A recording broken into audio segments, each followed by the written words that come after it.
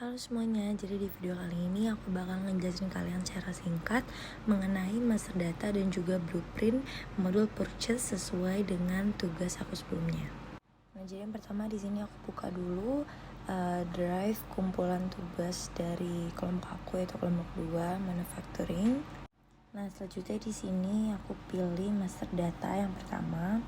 Nah, di sini tuh udah berisikan master data yang sudah kami buat, dan di sini aku mau fokus ke purchase.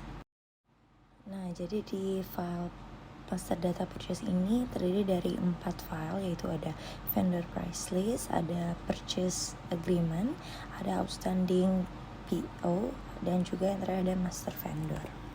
Nah, jadi di sini yang pertama aku membuka vendor price list.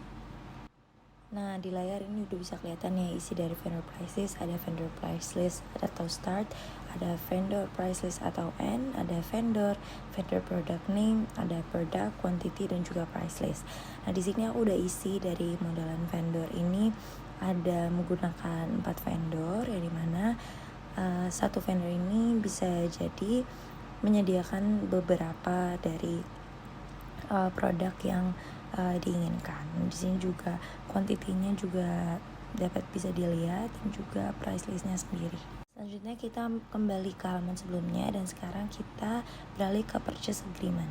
Nah, di sini udah bisa kelihatan langsung juga di layar. Di sini ada isinya, ada agreement deadline, ada company yaitu PT kami, PT Baker Dose, ada vendor, ada juga delivery date, ordering date, purchase representative, reference, source document, status, dan juga ada product to purchase product, ada product to purchase unit measure, ada product to purchase or quantity, dan juga antara ada products to purchase or unit price.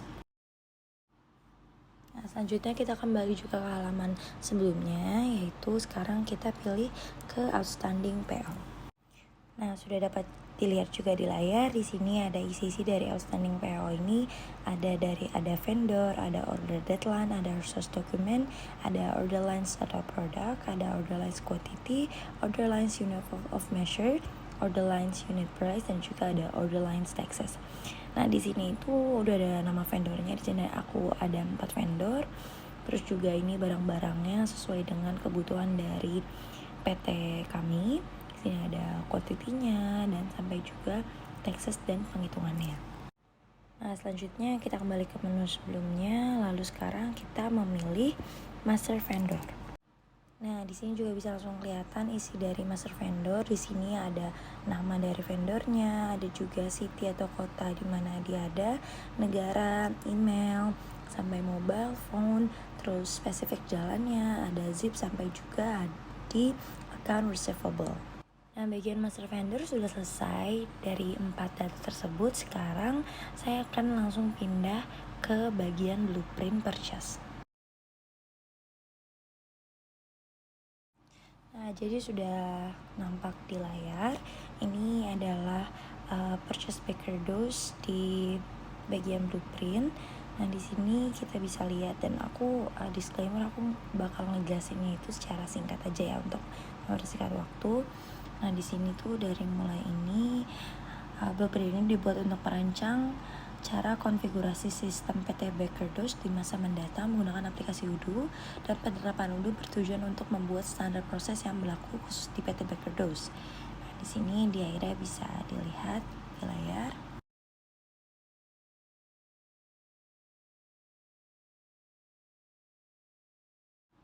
Jadi ada solution design purchase, ada sampai invoicing.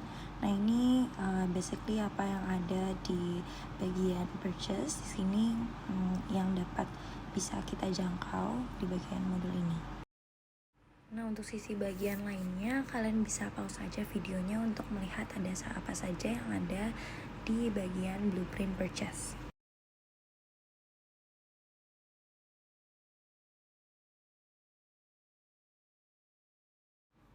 Untuk saat ini aku aku mau memfokuskan ke bagian mockup. Nah, dimana mockup ini itu yang pertama ada invite vendors.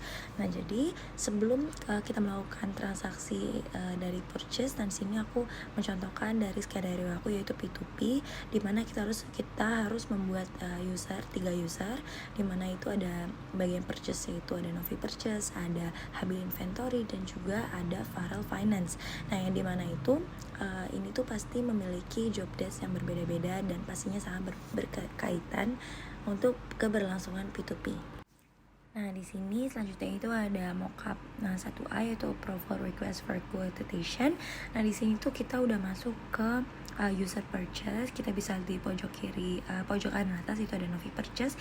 Jadi di sini itu kita itu melakukan request quotation dan kita mengisi vendor atau PT apa yang ingin kita ajak kerjasama, lalu kita masukkan barang apa saja yang ingin kita beli.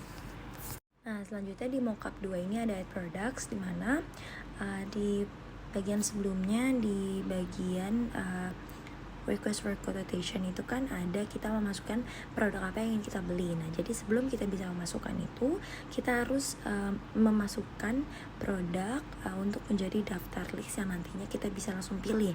Nah, di sini kalian tinggal bisa enter product name dan juga harga atau tax yang bakal kalian kasih. Lalu kalian save dan nanti bakal langsung muncul di bagian request for quotation itu. Nah, selanjutnya kita ke bagian mockup 3 itu add vendors price list. Jadi di sini kita bisa mengisi list vendor dan juga kita bisa ada isi vendor product code, name, juga sampai di bagian validity, price list, dan detail product.